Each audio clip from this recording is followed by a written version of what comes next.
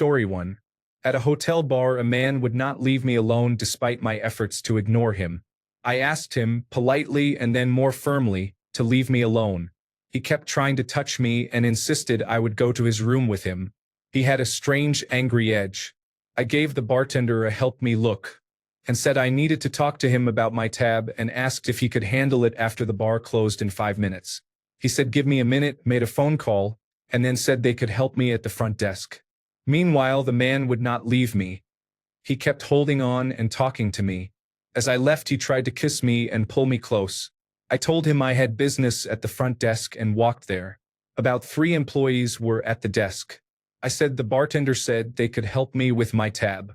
One employee said I needed to come with her to fix it and told the man he needed to stay there because this was personal. She walked me away and the man followed. She escorted me to a staff elevator and he tried to get on with us.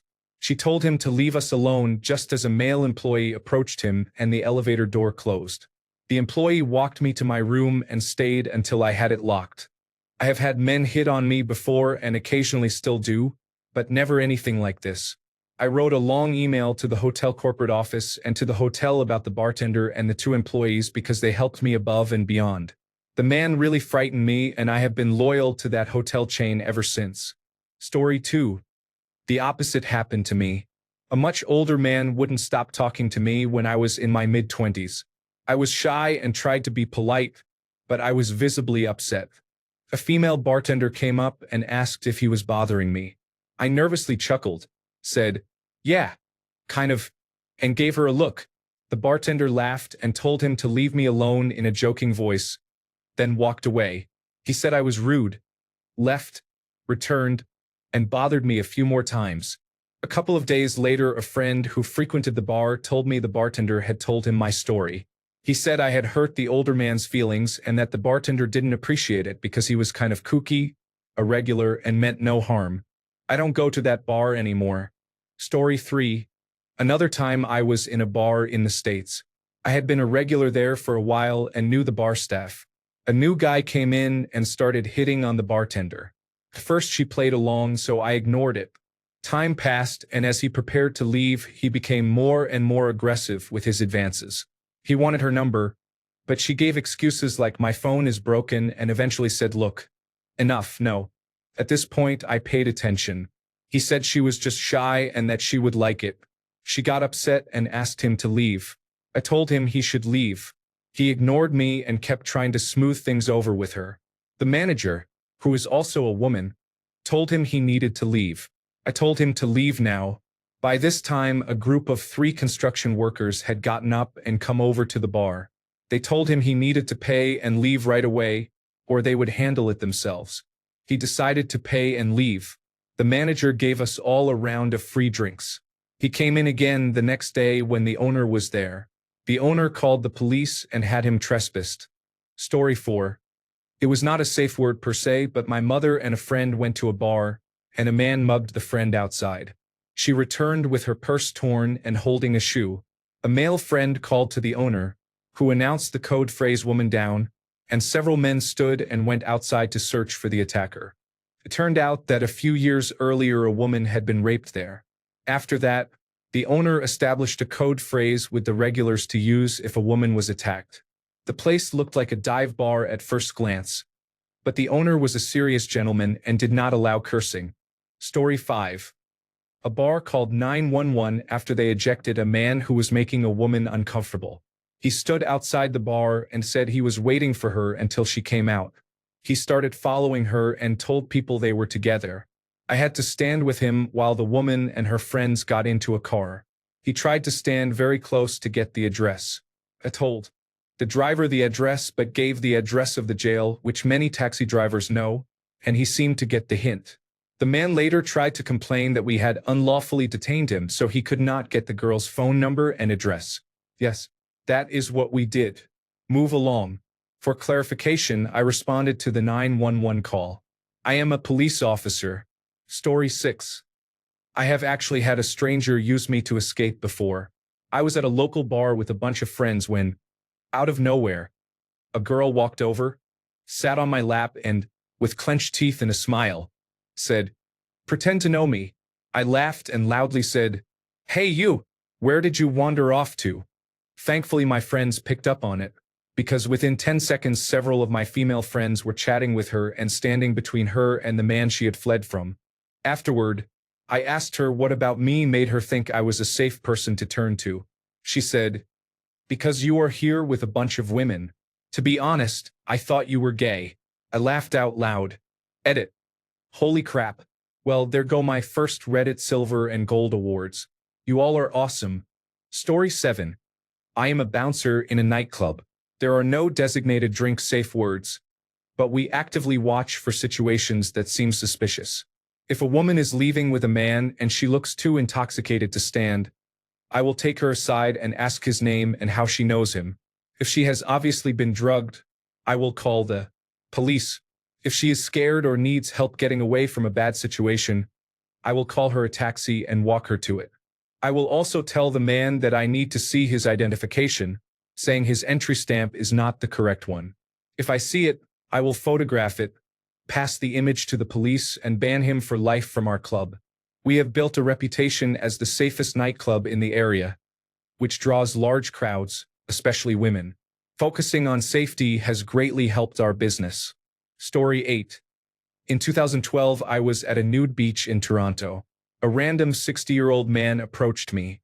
I was a shy 18-year-old, and he would not leave. He talked about how I could come live with him and be his girlfriend, never letting me speak. To escape, I decided to call the day a loss and leave, even though I had only just arrived. As I walked back to the ferry, he emerged from the trees and followed me to the mainland. He was still planning our lives together and offered to buy lunch at a local bar chain. Not wanting to bring him back to my apartment, I agreed to stall and figure out a plan. We sat at a table by the door. I said I had to go to the bathroom, and as I passed the bar I told the bartender, a woman in her 20s, about the situation and asked if there was a back door I could use to slip out without him noticing. She said there was one through the kitchen, but it was for staff only and she could not help. I felt betrayed that another woman would not intervene, and I cried in the bathroom. I was so young, new to the city, and genuinely scared. I did not even have a phone because I was so broke. When I returned to the table, the food had arrived. I ate 2 bites. When he asked for the check, I said that this was a mistake and ran into the street. I figured he would not skip out on the check to follow me, but I still took a few detours before getting on the subway. Story 9. I had to use it when I was on a date from Tinder. We met and he had already bought me a drink, a clear shot, then told me I should drink it and he would take me somewhere better for more fun. I was not comfortable, so I excused myself to the bathroom and saw a poster that said to ask for Angela if you are uncomfortable. I went to the bar and asked for Angela. Immediately the staff played along, saying she was working in the kitchen that night. The staff got me a taxi and walked me out the back door into the taxi to make sure I got there without any trouble. I never saw the man again. Story 10. I went out on my own one night and was having a few drinks at a local pub. I had just moved to the area, so did not really know anyone. A man sat down next to me and chatted. At first it was casual, but he eventually became tipsy and handsy. Then he kissed me out of the blue and I told him I was not okay with it. He said I was leading him on, which was not the case at all. He got angry and stormed off to the washroom. I felt really uncomfortable and unsafe because I did not know my new neighborhood yet. The bartender saw that I was feeling off right away. He did not even know me but could tell. He asked if I wanted to be shown out the back door and if they could put me in a cab so I could leave without the man following me. They even paid and apologized that I felt unsafe in their bar. I was totally blown away and would definitely go back there, feeling completely taken care of. Story 11. This is a relatively new thing, but we women have been doing some form of it for a long time. When I was a bartender, I noticed a woman stumble into the pool table. She was crying and clearly very intoxicated. I went over to ask if she was okay, and a man I had not seen her with all night jumped up and said, "I am her boyfriend. I have her." "No, you do not." We helped her calm down and took her phone to call her roommate so someone safe could take her home. It is unfortunate that it was necessary, but I will always appreciate my boss from that bar because he physically removed that man. We saw her again. She had no boyfriend and did not remember that night. Story 12. Working as a bartender and bouncer for the past couple of years, I usually watch people's body language in the bar.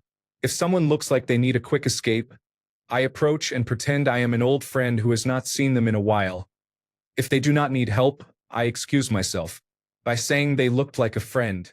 Otherwise, I position myself behind the questionable party and give a thumbs up and a raised eyebrow as a subtle check to ask if they are okay.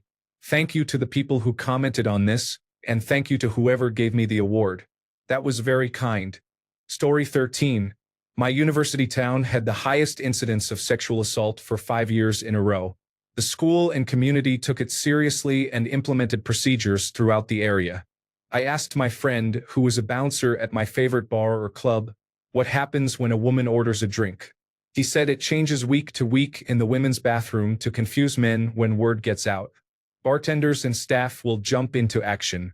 Generally, they find a way to get you away from that person, either by making a phone call or needing to show you something. Once you are out of sight, they take you to the opposite floor. The bar is on the bottom and the club is on the top, and they keep the date occupied until you are gone. If he separates from his companions, they radio that the drink was spilled and every bouncer abandons their post to try to keep him away from you. They escort you out the back door into a waiting taxi. They pay the taxi driver to take you home and make sure you are not followed. When you get home, they ask that you flip your front porch lights on and off and call the club to let them know you are safe. They also save the security camera footage from that day in case you need it later. I never used their service because my friends were the bouncers and usually intervened before I needed to say anything. My friends did intervene and they said it was a relief to be in a bar that took women's safety so seriously, because in other bars in that town you could pay a bartender $20 to spike a drink.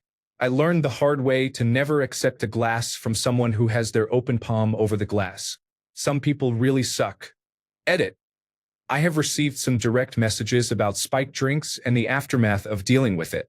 We have to make the world a better place together. If you are in Canada and something has happened to you, please do not be afraid to reach out to CASAC, the Canadian Association of Sexual Assault Centers. It is a free service and has helped me and many of my friends. Stay strong, stay together, and reach out. For my sisters in other countries, I cannot offer a service like that. But if you direct message me, I will help in any way I can. Just know that you are not alone and it was not your fault. Much love. Story 14. This happened to me recently. I met up with an ex after about 5 years of not seeing him. He seemed off when I arrived at the bar. He had forgotten his wallet, so I bought a round of beers but immediately closed the tab because I did not expect to pay for him and did not want him taking advantage. When I excused myself to the restroom, I was already regretting the evening. When I left the restroom, he was standing outside the door. Every alarm in my body went off, but I acted annoyed and questioned him. He mumbled something and walked over to a pinball machine. He did not play. He just stared at it for about 10 minutes, which gave me enough time to call my bartender over and ask, "Girl to girl, this guy is on drugs, right?" She agreed and asked if I felt safe. I did not, so she let me exit through the back door and even got her bar back to walk me to my car. I am not sure what would have happened, but I am really glad she was so helpful. In short, my ex showed up for drinks clearly out of his mind, and the bartender helped me escape. Story 15. I am a bartender in a small town. Anytime a new woman comes into the bar, I let her know that if she ever feels uncomfortable or needs anything, she can ask me to go out for a smoke with her. I have had plenty of people use it to get away from some creeps, but nothing beats the night a man asked a woman to go home with him. After she politely refused, he grabbed her and called her a bitch. We had our eye on the situation, and my bouncer immediately came out of nowhere and tossed this drunk asshole. Story 16. A creep cornered me in a bar once and tried to stroke my thigh. A man I had never met before came up and said, "Hey, sister. I have been looking all over for you." He put his arm around me and escorted me out. Thank you so much, stranger. Edit. Since I am seeing a lot of comments about this, it was pretty obvious they were not working together.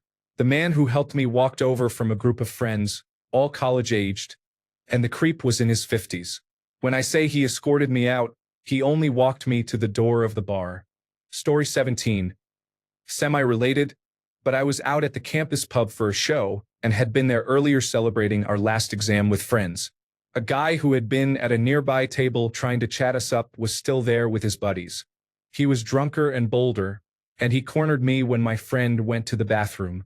He would not stop talking to me, getting in my face and yelling about himself. When I excused myself to go to the bar and said, "Okay, bye," he followed me, ordered the same drink, offered to pay, and I said I was fine. He did not stop talking.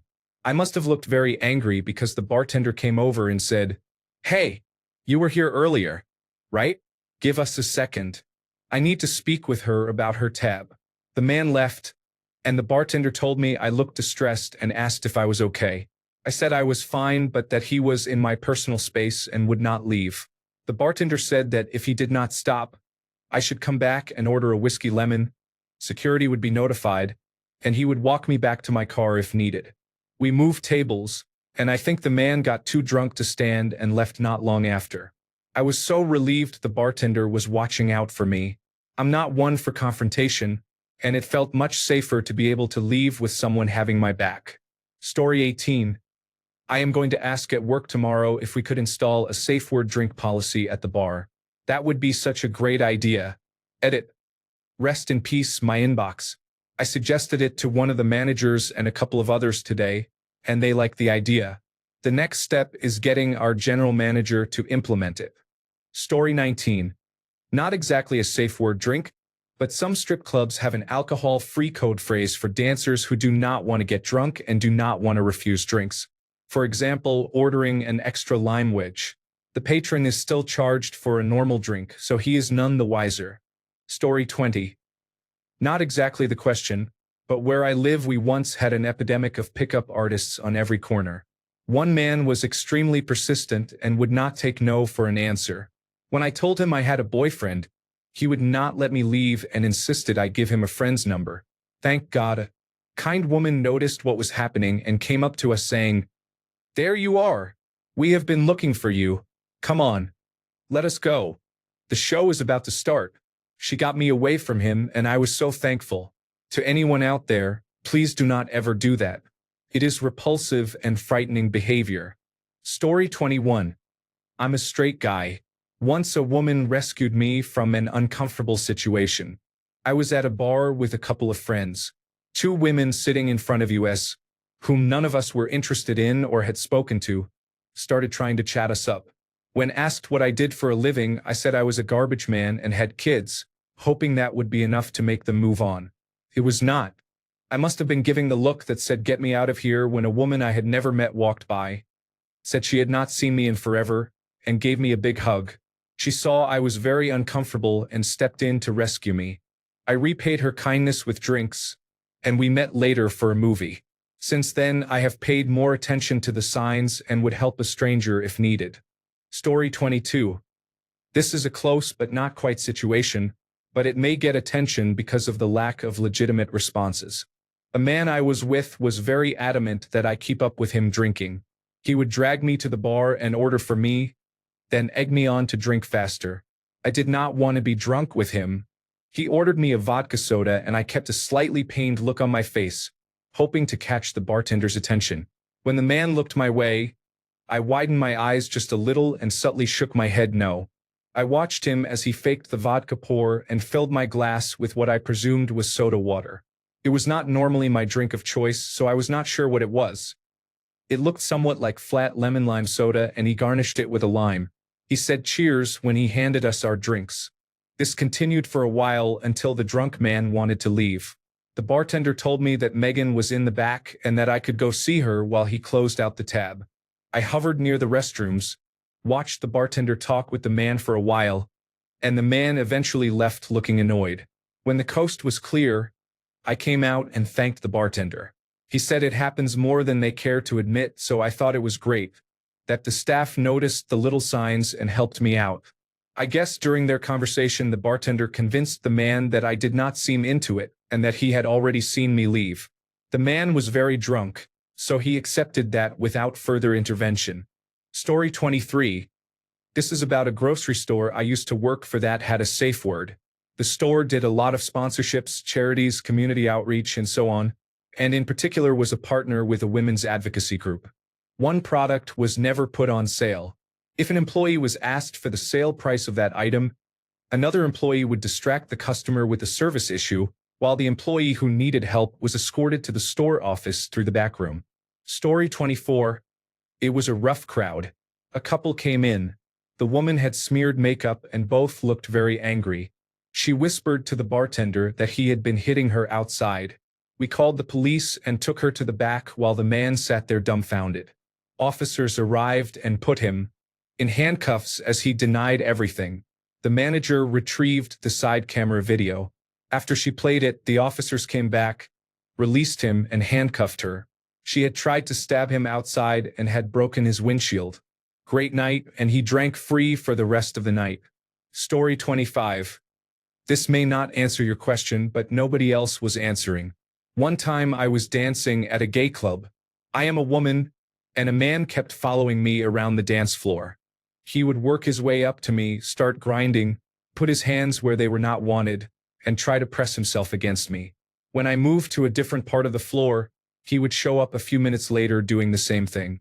We went through this 3 or 4 times, and all of a sudden 2 very large men in fursuits, one a skunk and one a bunny, appeared out of nowhere. They greeted me with grand, courtly bows and offered to dance. Although bemused, I took their paws, and they led me in a dorky square dance that had these 2 200-pound masses of fur and sweat stomping circles around me and deterring anyone else from getting too near. A few songs later they bowed again and left, and I never saw the groping man again. I did wave to the furries several times that night. Nice fellas. It was not even the first or the last time that furries, leathermen, and heavy-set men in cupcake-themed lingerie stepped in to help when someone was creeping on me. It is strange, but I am not surprised that people who are into kinks are often the first to take action to stop sexual harassment. They are already pretty brave. Story 26. This is not exactly a bar story, but a bus story with a bartender. It happened when I was in university. I had to rush home for a family emergency, and the cheapest and fastest option was a Greyhound bus that departed at midnight.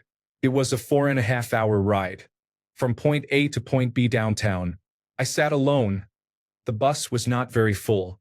I fell asleep about an hour into the ride and woke to a man in the seat next to me with his arm around my waist and his head on my shoulder. I was creeped out but afraid to make a scene in the middle of the night when I thought only the driver was awake. I asked him what he was doing and told him to get off me. I was in the window seat and felt trapped and frozen. He tried to make small talk, saying I looked cold and needed a warm, hard body. He said when we arrived, we should grab a coffee because he sensed a vibe between us. I kept recoiling and remember telling him that I was very uncomfortable and that he should go back to his seat. He refused and then tried to kiss me. I pulled back so hard that I hit my head against the window. To make a long story short, a complete stranger a few seats behind me came over and said, "Oh my God, I thought it was you I saw boarding the bus. We have some catching up to do." She then said loudly, "Excuse me, sir, do you mind?" And the man got up and went back to his seat. She hugged me, asked if I was okay, and said she would sit with me until we arrived at our stop. I was so relieved because I really thought he would have followed me when we got off the bus. She told me she worked at a bar and was used to intervening when she sensed something was not right. I could not have thanked her enough. 8 years later, that woman is now one of my best friends. Story 27. My bar did not have a safe word drink, but my favorite bartender swooped in more than once and looked after me, even at times when I had not asked him to. I remember one time in particular when I came in with my roommate. She and I were sitting at the bar with our drinks, and a couple of guys were on the next 2 stools. They bought us drinks, so we did the polite thing and said thanks, introduced ourselves, and so on. Within 5 or 10 minutes, they told us they were heading to an after-party at their house and that a bunch of people would be there. They urged us to come. My roommate and I exchanged a "yeah, right" look and declined. They would not take no for an answer. They kept trying to convince us to leave and get in a car with 2 strangers to go to a house we had never been to and trust it was safe. After a little while, the bartender came over. He did not say anything to me or to the men. He leaned on the bar across from us and started to grin. We smiled back, and the three of us kept looking at each other silently. The man talking to us grew quieter, then stopped, and he and his friend walked away. As soon as they left, the bartender straightened up and went back to work. I have a lot of respect for anyone intuitive enough to pick up signals that something is wrong and confident enough to resolve a potential conflict with so little effort. Story 28. The bar I go to regularly does not have a safe word drink, but it does have a drink called the Lucy Special. If you notice men trying to buy you a lot of drinks who are sober and make you feel uncomfortable, or if you do not trust those around you and want to stay alert, the Lucy Special is a glass of ice, soda water, and crushed limes. Many people have commented that this is a safe word drink. I interpreted a safe word drink as one where the drink name is a code word to get you out of a situation or to call for help or emergency services. The Lucy Special is intended to make it appear you are drinking while remaining sober. Both approaches help keep you safe. Story 29. I experienced a bartender hero. Out with a friend in Washington, District of Columbia. A man approached, stood too close, introduced himself, and shook my hand too hard and too long. I had to pull my hand away, but he kept his grip. I politely said I was visiting a friend I had not seen in a while and wanted to spend my time with her. Then turned my back. He stayed and tried to talk to me. I again, more firmly, said I was not interested, but he remained. He ordered another drink and the bartender served him at the far end of the bar. The bartender showed him his drink, said it would be over here, and walked it as far away from us as possible. I thought that was brilliant. He earned a large tip from us. Many people asked.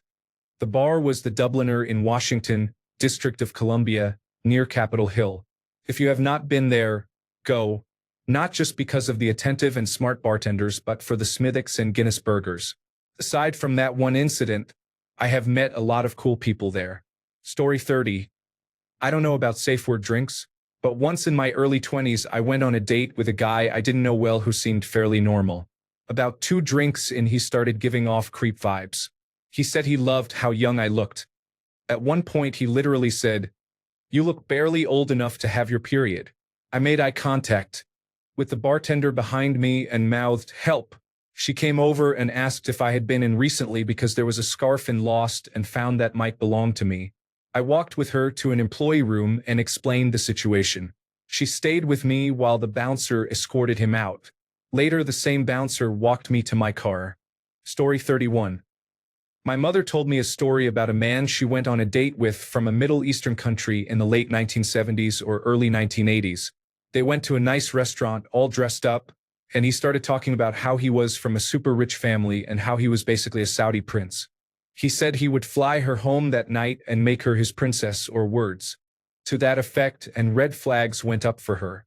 She excused herself to the restroom and, while climbing onto a sink to get out the window, a server looked in, asked if she needed help sneaking out, and walked her through the kitchen and out the back door. She said she ran almost 3 miles in heels to get to a friend's place. She never heard from him again. Story 32. This happened to my friend. Here in Sydney, a few bars have signs on the back of bathroom stalls that say if you are on a first date or feel uncomfortable with the person you are with, go up to the bar or mention Angela and the staff will call you a taxi or create a situation to get you out of it. My friend was on a Tinder date and the man was being really creepy, so she went up to the bar and mentioned Angela. A few minutes later, they came to her table and said her mother had called the restaurant because she could not get through to her phone and there was a family emergency, and they booked her a taxi to get home.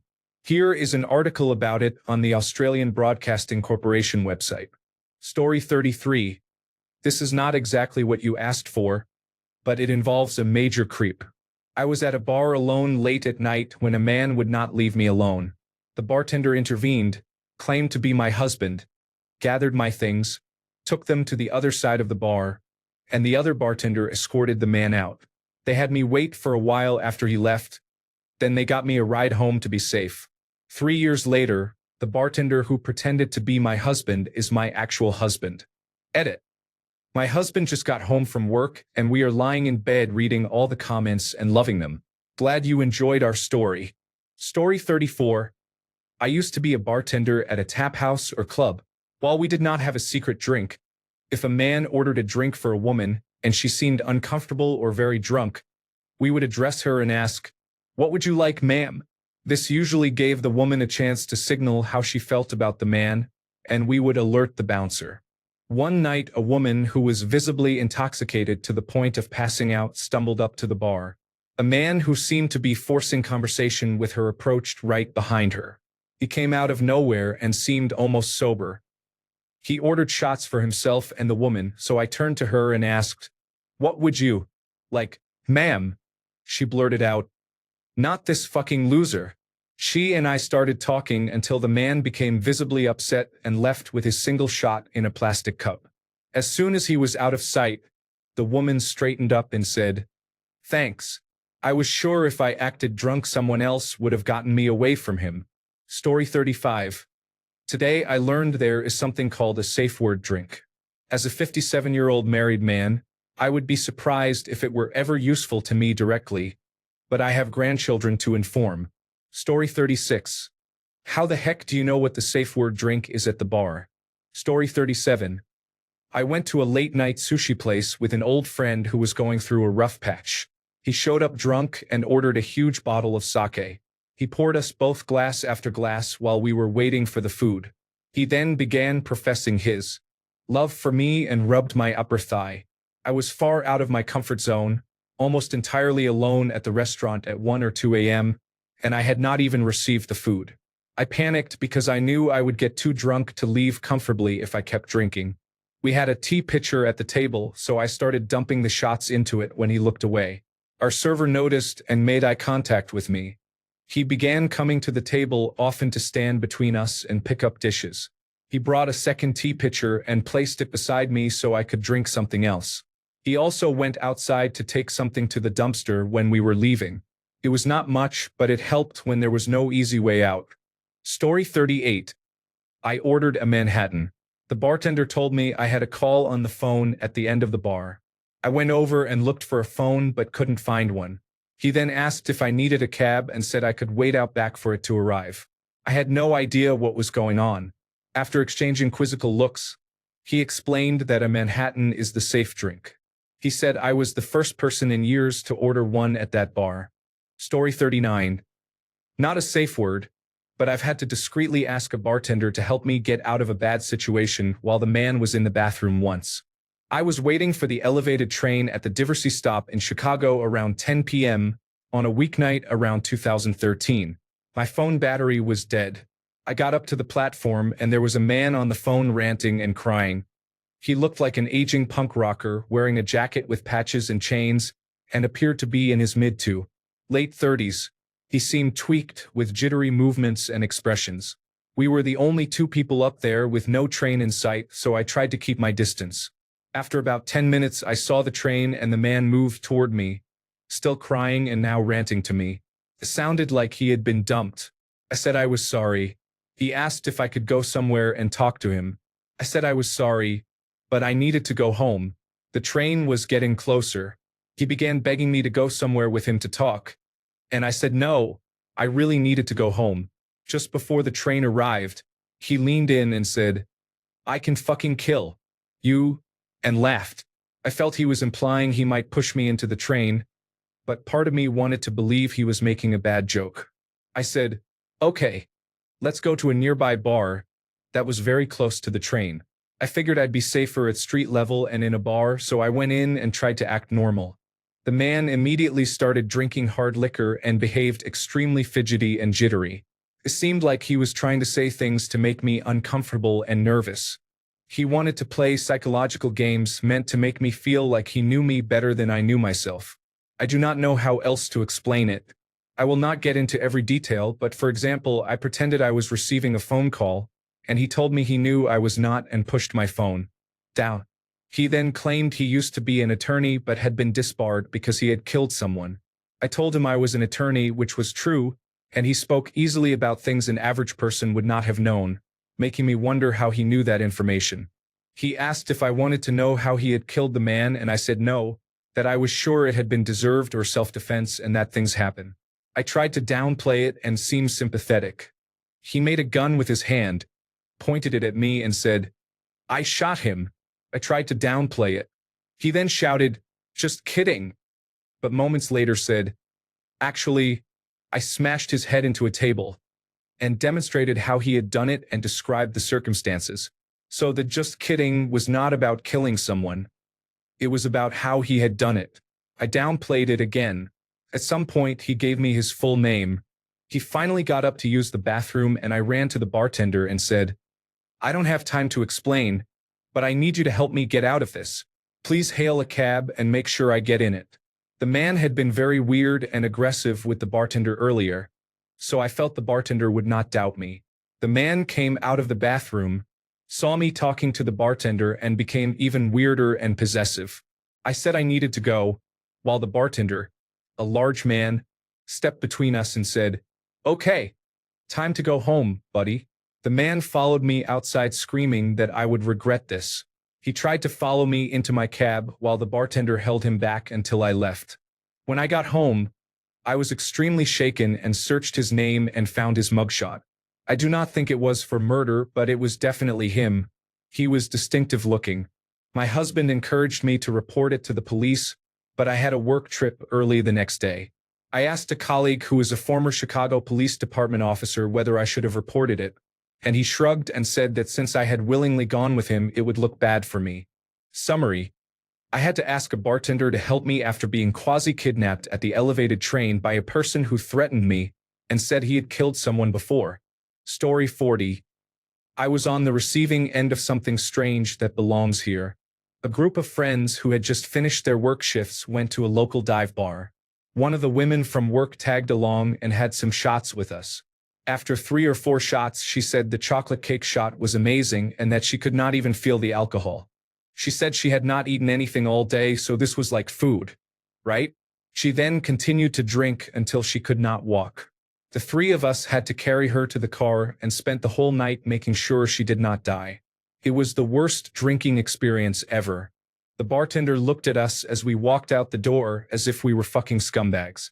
I never went drinking with her again. There should be a safe word for people to get bartenders to stop giving drinks to someone. Story 41. Not a safe word, just a shout out to the women who look out for other women in uncomfortable situations. My story. On New Year's Eve, I was in a very crowded bar and it had just struck midnight. Everyone cheered and it was a lot of fun. My fiancée wanted to run to the restroom before it got too crowded, so I waited near the dance floor. A random man came up to me, got too close for comfort, and would not leave after I told him I was with someone else. A woman who had been near me and my significant other for part of the night noticed and immediately came over and said, "Let's dance." We moved to the side and she told me she thought I was uncomfortable and that I might need a save until my significant other came back. I thought that was the coolest thing. 5 minutes into the new year and I knew it was going to be a good year full of badass women. Story 42. I never saw a sign at a bar. I did see one at a doctor's office. It was a sign with tear-off slips to use if you were in trouble and needed to be seen alone. Just tear off a slip and give it to a doctor or nurse, and they will send everyone else out of the room. Story 43. I was in a hotel bar and started talking to 2 gentlemen. I am 31. The other man was about 45 and the older man was 50. The 45-year-old was clearly drunk. Each time he went to the bathroom, the older man leaned over and said the drunk man had been chatting up every woman who was alone all night. Around 11 p.m., the older man and I got in the elevator to leave. He said he was going to the 6th floor and I said I was going to the 10th. The drunk man ran to catch us and, when we asked which floor he needed, he said 10. The older man said he was going to 10 as well, so when the elevator reached the 6th floor I took the hint and got off. I waited a couple of minutes and the older man came back and told me the drunk man was in the room right across from the elevator. I realized I had been in the room next to him. I thanked the older man and slipped into my room. Story 44. I had no idea safe drinks existed, so this does not exactly answer your question. Bar staff followed me into the bathroom and discreetly asked if everything was okay and if I needed help. I was there with my boyfriend and was not feeling well, so I think I looked anxious and uncomfortable. He is many years older than I am, so people often make assumptions. I appreciated that they noticed and asked. Even though everything was fine, It is always better to be safe than sorry. Story 45. I have two stories. The first happened in my early 20s. It was a blind date set up by someone I was no longer friends with, and the date seemed like a fairly typical frat guy. I did not like guys like that, so I was already planning to leave early. He talked about himself almost nonstop, and every couple of minutes or so he would mumble something quietly and make a strange face. I could not understand him when he mumbled, and I almost never got the chance to ask him to repeat himself. When I did, he ignored me. Eventually, I understood one of the things he said. He mumbled, "Your skin would look better on my wall." I went to the bar, ordered a Paladin hard lemonade with no ice, and I was escorted to my car. The second happened in my late 20s. I had a scarf wrapped around my head because I was bald from chemotherapy and got cold easily. I was on a blind dinner date at a nice restaurant that also had a bar counter. My date seemed really freaked out when he saw me, and I could not figure out why. After a few minutes of him being very on edge and my awkward attempts at small talk, he got up and went to the bar. He disappeared with a waiter for a few minutes, and the next thing I knew, a bunch of police officers came in and I was handcuffed. It turned out he had a phobia of Islam. He thought I was wearing a hijab and believed I was a terrorist who had informed him of a plot to blow up a shopping mall. It was a terrifying experience. Story 46. It wasn't a bar, but my first college job. I worked late at the coffee shop and had theater practice until 11 p.m. I parked behind the school by the theater backstage door and got a parking ticket. A police officer came by and asked why I parked there. I told him it felt safer, and he said not to worry after that ticket. He could not get rid of the printed one. For the rest of the semester, I parked there when I needed to close. Story 47. I was a bouncer at a popular university bar that became a nightclub on Friday and Saturday nights. One Friday, about an hour before last call, I saw an extremely drunk young woman who could barely stand being ushered out by a group of 7 or 8 men. I had been working the door all night, so I remembered that she had come in earlier and was not with those men. I did not like how drunk she was, and the men seemed predatory around her. Because I am confrontational, I pulled her away from them and asked if she knew them. She could not answer coherently. I told the men she was not leaving with them. They complained, but they left without further incident. I did not trust a taxi to take her home given how intoxicated she was. After about 12 minutes of trying to get a correct phone number from her, I called her mother. Her mother arrived quickly and took her home. The next weekend, in the early evening before the bar became busy, the woman and her mother came to the door to thank me in person for helping her. They both suspected her drink had been tampered with. Story 48. Not a safe word, but a random patron at my favorite bar. I was talking to my bartender friend when a woman sat next to me. She was attractive but visibly distraught and kept looking around for someone. I saw her texting, "Hey, are you near the tavern? Some man came up to me and bought me a drink, and he won't leave me alone." As I reached for my phone on the countertop, after a few minutes of sensing her anxiety, I asked if she was okay. She said she was hiding from a man who had been following her, even into the unisex bathroom. I told her to let me know when he was close and that I would help. When the man approached, I whispered, "Go with it," wrapped my arm around her shoulders, and kissed the top of her head. He said, "Hey, there you are. Didn't see you around." She replied, "Oh, I was looking for my boyfriend. Didn't you hear me say that?" I introduced myself and shook his hand with a smile. The man stormed off quickly. I bought her a drink of her choosing. She thanked me, and then she left. Story 49. I work as security at a couple of bars in my city. The one I worked at the longest was often referred to as having the best-looking staff in the city. I was not included in that grouping, so we had this issue come up a lot with our staff. As the security manager, I decided we needed a safe word to make sure no customer took it too far because of previous incidents. One of the servers chose Domino's as the safe word since we could play it off by saying, "Hey, want to get Domino's after work?" If they said it to me, I would come in and play the 5-minute boyfriend or remove the offending party if it got too egregious. That only happened a couple of times, but was always fun. After the bar shut down, we all scattered across the city but still keep in touch. One night I was working at a bar on one end of the city and the same server was now a bartender at a bar on the other. I got a text from her that just said Domino's. I could not get there.